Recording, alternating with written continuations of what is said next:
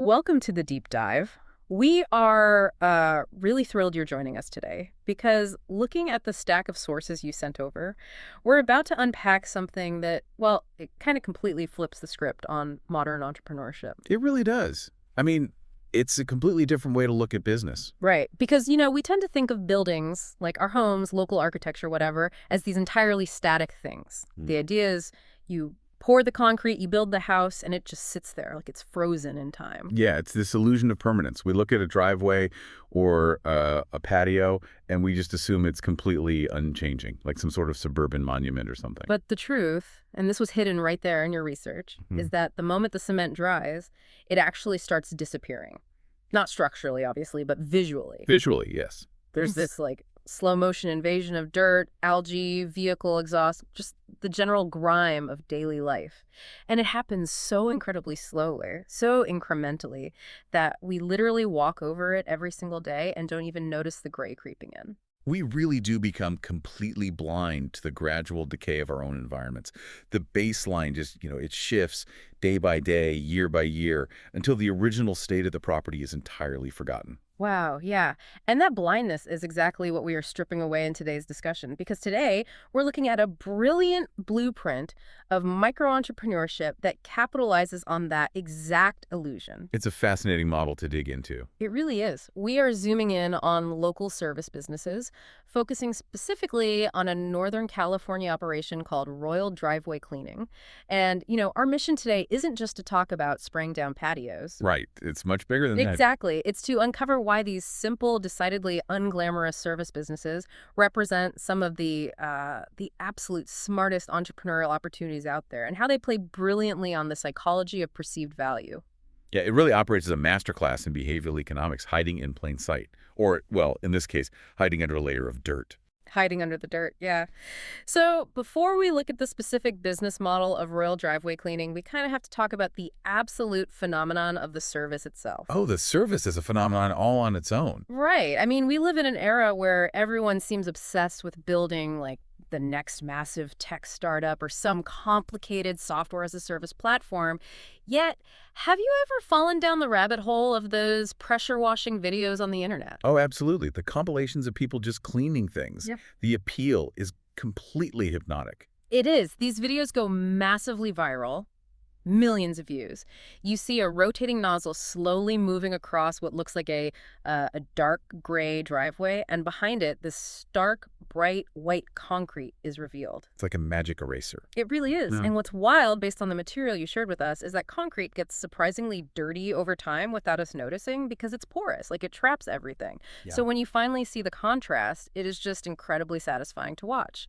What's fascinating here is why that makes for such a great business. Right. Because that psychological satisfaction translates directly into a massive business advantage. Wait, really? How so? Think about why we love those videos. We love them because they represent a closed-loop problem with an immediate, undeniable solution. A closed loop problem. Contrast that with what most of us do all day, right? Yeah.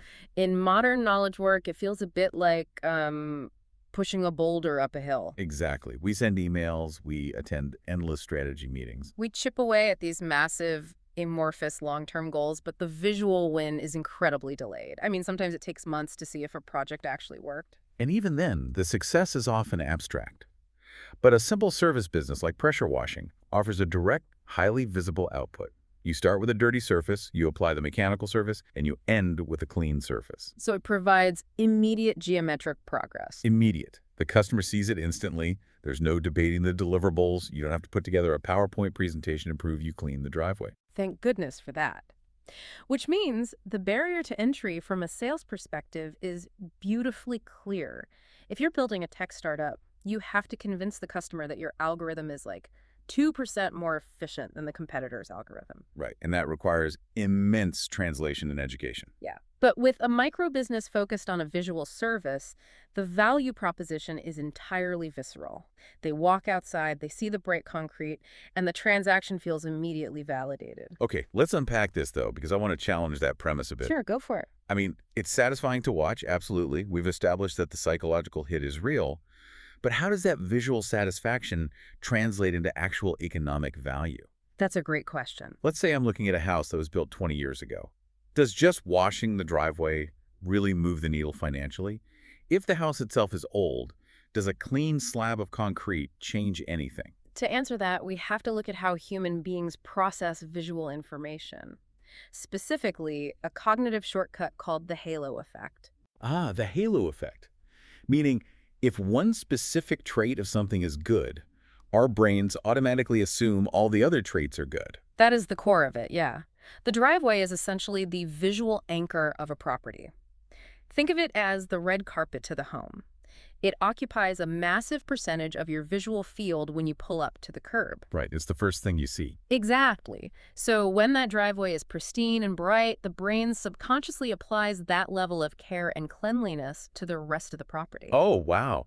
So it creates a literal halo over the whole house. The brain connects the dots without us even realizing it. Your brain assumes, well, if they take such meticulous care of the concrete outside, the roof must be in great shape, the plumbing must be perfectly maintained, the HVAC system is probably serviced regularly. It elevates the perceived structural integrity and value of the entire home. It's like wearing a custom-tailored tuxedo but pairing it with muddy sneakers. The sneakers completely ruin this suit. It doesn't matter how expensive the jacket is. All anyone is going to look at is the mud on your feet. That is a fantastic analogy. Yeah. And it raises a critical question about resource allocation for property owners. Yeah, what do you mean?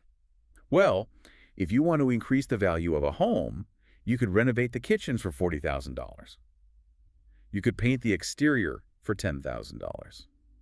Or you could power wash the driveway and walkways for a few $100s. And get this massive, immediate visual pop that changes the entire context of the property. Exactly. This connects directly to the target markets highlighted in the research you provided.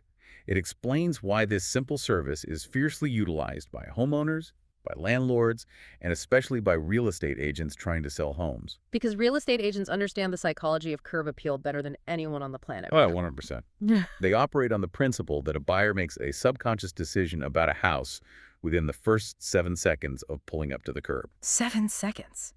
Wow. So for a real estate agent, spending a few $100 on a pressure washing service is an absolute no-brainer. It really is. It's a low-cost intervention for a high-value psychological return. It literally pays for itself by preventing the buyer from subconsciously discounting the home's value before they even walk through the front door. So you aren't actually selling clean concrete in that scenario. You're selling perceived property value. You are selling the feeling of a well-maintained home. Exactly. Okay, here is where the business mechanics get really fascinating. Having established that immense psychological value, how does a local entrepreneur actually price that service? That's the tricky part, isn't it? Yeah, I mean, if you're providing something that might help a real estate agent sell a $1 million home, how do you capture a piece of that value without completely alienating the average homeowner who just wants, a clean patio for a weekend barbecue? Pricing a service business is notoriously difficult, and honestly, it's where most micro-entrepreneurs fail. The standard industry approach is often deeply flawed. A lot of new contractors just guess.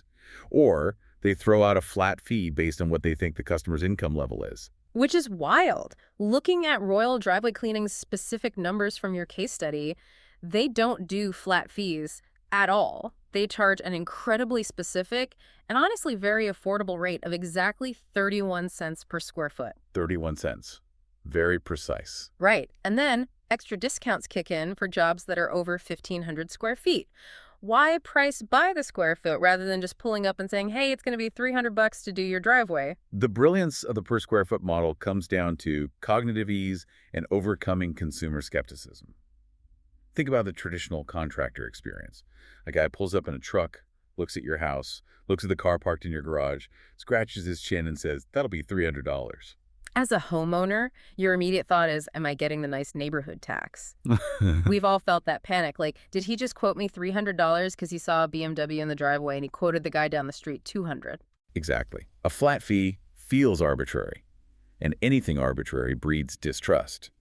But pricing at 31 cents per square foot removes the guesswork entirely.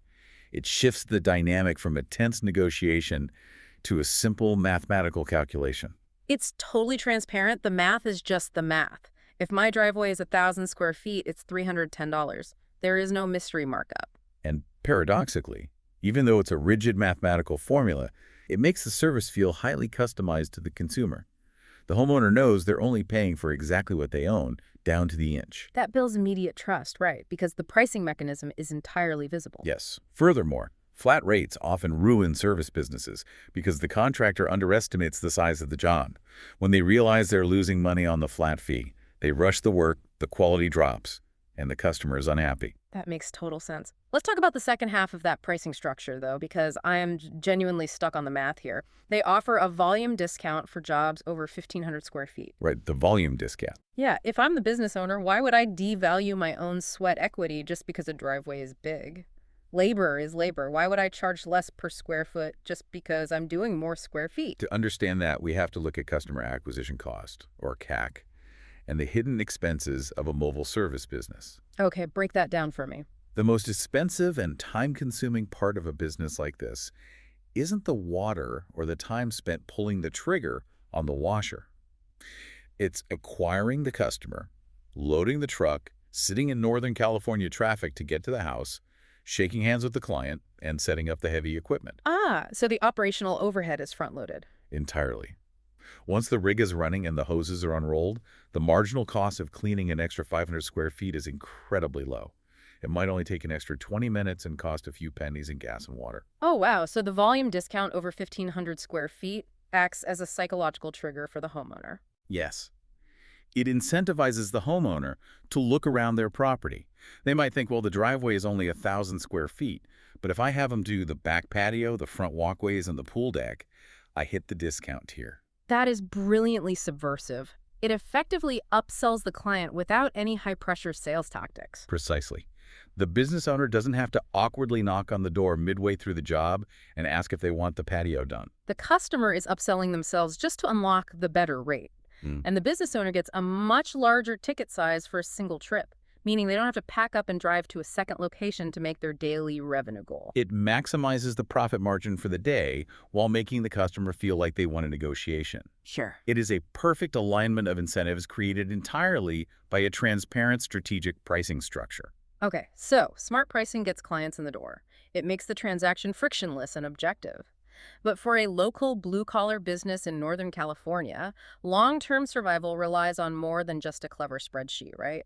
Oh, absolutely. You have to secure community integration. Otherwise, you're just another nameless truck driving through the neighborhood. Because a local service business lives and dies by its reputation. Right. If you don't have a moat protecting your local market share, someone else will just buy Google Ads and undercut you. And looking at the sources you provided, there is a striking detail about Royal Driveway Cleaning that addresses that exact vulnerability.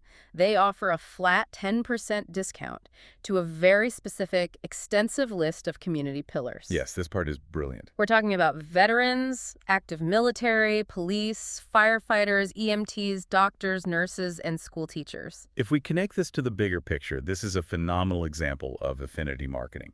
This isn't just a promotional tactic or a generic holiday coupon code you throw on a mailer. It's a deliberate structural choice to weave the business into the fabric of the community. Exactly. It's putting your money where your mouth is. You are literally sacrificing a margin of your profit to say, I value what you do.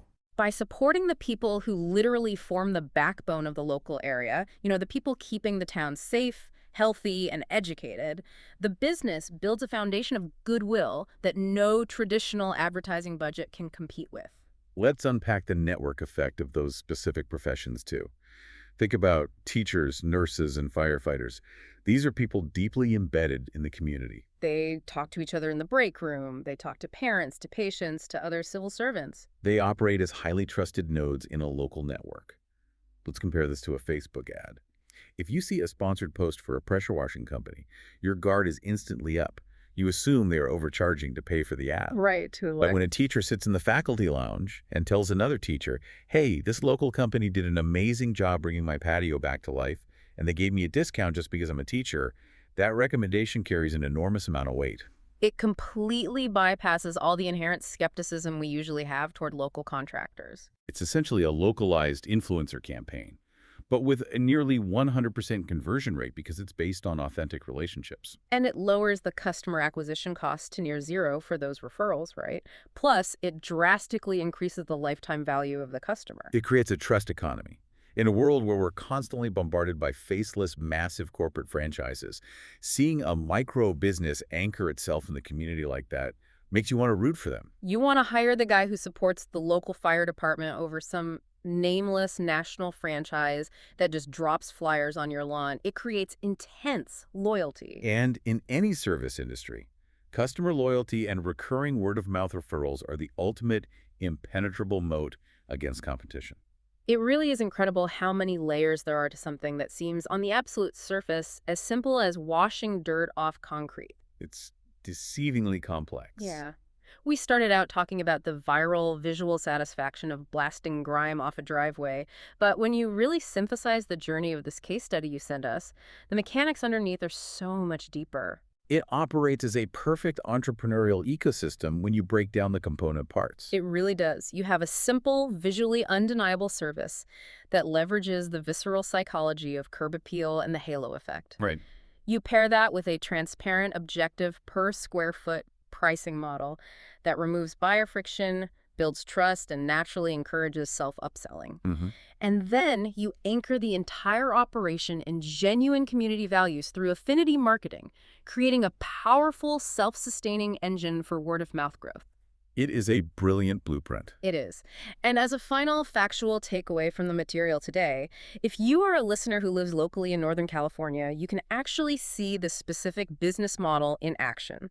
You can call or text 916-208-1264 to get a free quote from Royal Driveway Cleaning and see how the 31 cents per square foot model works on your own property.